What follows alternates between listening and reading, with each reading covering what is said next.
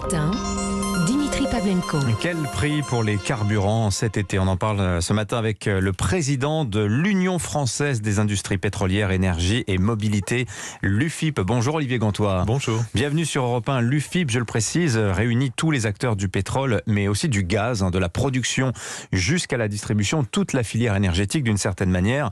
Alors commençons peut-être par l'actualité avec cette nouvelle indemnité carburant qui entre en vigueur à partir du 1er octobre, beaucoup plus resserrée, concentrée sur les plus modestes, ce qui la distingue de la fameuse ristourne de 18 centimes par litre à la pompe consentie à tous les automobilistes. Pour les acteurs de la filière pétrole, Olivier Gantois, qu'est-ce que ça change ce dispositif? Est-ce que ça a un impact sur vous, sur vos métiers?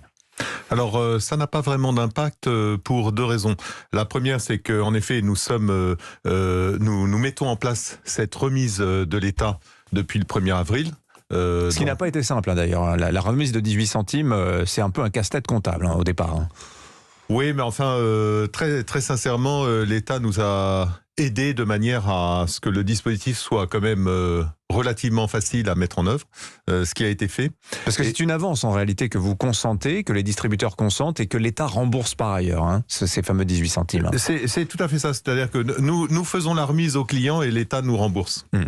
Alors, est-ce que à partir de la situation actuelle, Olivier Gantois, on peut tabler sur une trajectoire des prix des carburants cet été? On le sait, on roule beaucoup l'été quand on se déplace pour partir en vacances. C'est un moment généralement où la demande de carburant est très forte. Est-ce que les prix des carburants vont continuer à grimper, Olivier Gantois? C'est une vraie préoccupation des Français. Oui, la mauvaise nouvelle, c'est qu'ils vont rester élevés.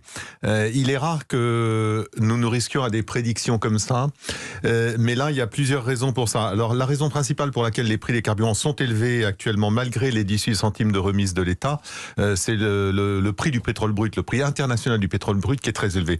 Pourquoi il est élevé? Il y a deux raisons. La première, c'est que la demande mondiale de pétrole brut est revenue à son niveau d'avant Covid, plus de 100 millions de barils par jour.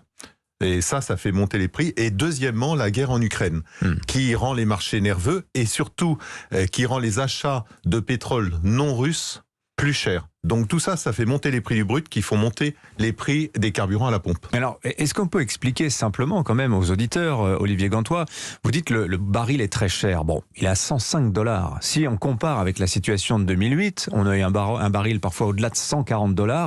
On n'a jamais vu à l'époque le litre de carburant à 2 €, 2,10 € comme actuellement. Qu'est-ce qui se passe? Qu'est-ce qui explique que le carburant à la pompe soit aussi cher avec un baril qui certes est élevé, mais pas tant que ça finalement? Oui, alors quand même au-dessus de 100 $, ça reste un peu cher, mais vous avez raison. Et quand on se compare à quelques années en arrière, il y a deux raisons pour lesquelles les carburants sont plus chers. La première, c'est que les taxes ont augmenté. Entre 2013 et 2018, les taxes sur les carburants ont augmenté. Depuis 2018, elles n'ont pas bougé. La deuxième raison, c'est la faiblesse de l'euro. Comme on achète le pétrole en dollars, quand l'euro est faible, comme c'est le cas actuellement, ça nous coûte plus cher en euros, en centimes par litre à la pompe. Alors Olivier Gantois, on est un petit peu troublé quand on lit les prévisions de certains analystes concernant le pétrole. Vous en avez qui vous disent possiblement le baril à 380 $ si du jour au lendemain les Russes décidaient de réduire leur production de pétrole. Il y en a d'autres qui au contraire voient le baril de pétrole retomber à 65 $ si la récession s'installe, parce qu'à ce moment-là il y aurait une demande plus faible. De 65 à 380 $, on est sur des écarts gigantesques. Et qu'est-ce que vous voyez, vous, à l'UFIP? Quel scénario privilégiez-vous? Alors d'abord, ces deux prévisions sont extrêmes, donc je ne peux pas les confirmer. Deuxièmement, en effet, même si on est incapable de prédire quels seront les prix demain, ce qu'on peut dire, c'est que depuis l'invasion de l'Ukraine, c'est-à-dire depuis fin février, les prix sont très fluctuants et au-dessus de 100 $. Ils sont allés de 100 à 130 $. En effet, aujourd'hui, ils sont revenus à 105 parce qu'il y a une crainte de récession aux États-Unis et en Chine, mais néanmoins les prix restent très élevés. Ma prédiction, si je me risque, c'est que on va rester dans des prix au-dessus de 100 $ par baril tant que la guerre en Ukraine durera. Ouais, alors celle-ci normalement devrait durer, tel que en tout cas le conflit se dessine jour après jour. On se dirige d'ailleurs vers un embargo européen contre le pétrole russe. Quelles conséquences pour la France très concrètement, Olivier Gantois? Alors l'embargo a été décrété puisqu'il est en place depuis le 4 juin. Et néanmoins, donc, il prévoit que les acteurs ont 6 mois pour arrêté complètement leurs achats de pétrole brut russe et 2 mois de plus, 8 mois pour les achats de gazole, puisque nous importons également du gazole russe. Et alors, quelle est l'exposition de la France? Étant donné, alors l'exposition de la France sur le pétrole brut, c'est à peu près 10% de notre approvisionnement, donc c'est pas énorme. Sur le gazole, c'est un peu plus, c'est de 15 à 30% selon les années, mais ça fait déjà quelques mois que nous travaillons à la substitution du pétrole russe par du pétrole d'autres origines, notamment Moyen-Orient, Amérique du Nord, et en l'état actuel des choses, je peux dire que nous ne prévoyons pas de pénurie, même quand cet embargo sera complètement en place, donc dans quelques mois. Vous y avez songé, il y a eu un moment une inquiétude de pénurie, qu'on manque de carburant, avec des stations, il y a marqué il n'y a plus de gasoil, il n'y a plus d'essence. Non, parce que depuis le début de la guerre en Ukraine, nous travaillons entre nous et avec les pouvoirs publics, justement, sur les conséquences de cette guerre en Ukraine. Et à aucun moment, nous n'avons identifié de véritables risques de pénurie.